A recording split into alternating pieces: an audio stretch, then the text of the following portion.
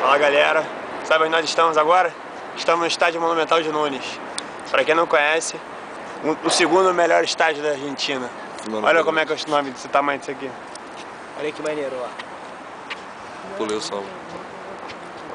Para quem não lembra, esse estádio entrou para a história do clube de regatas Vasco da Gama. Estamos a poucos metros do gol que entrou para a história do Vasco da Gama. Está aqui, ó. Filma ali. Foi nessa trave aqui, ó. Foi nessa trave que um tal de Juninho Pernambucano fez um golaço de falta em 1998 e nos deu o título da Libertadores. Entrou pra história. E é por isso que eu vou todos os dias para Centenário e tenho orgulho de cantar. Vou torcer pro Vasco ser campeão. Ah, o moleque do Flamengo. São Januário, meu cabelo. Mas Azul agora é tua história. É lembrar os versos da vitória. Contra o River Plate sensacional. Gol de quem?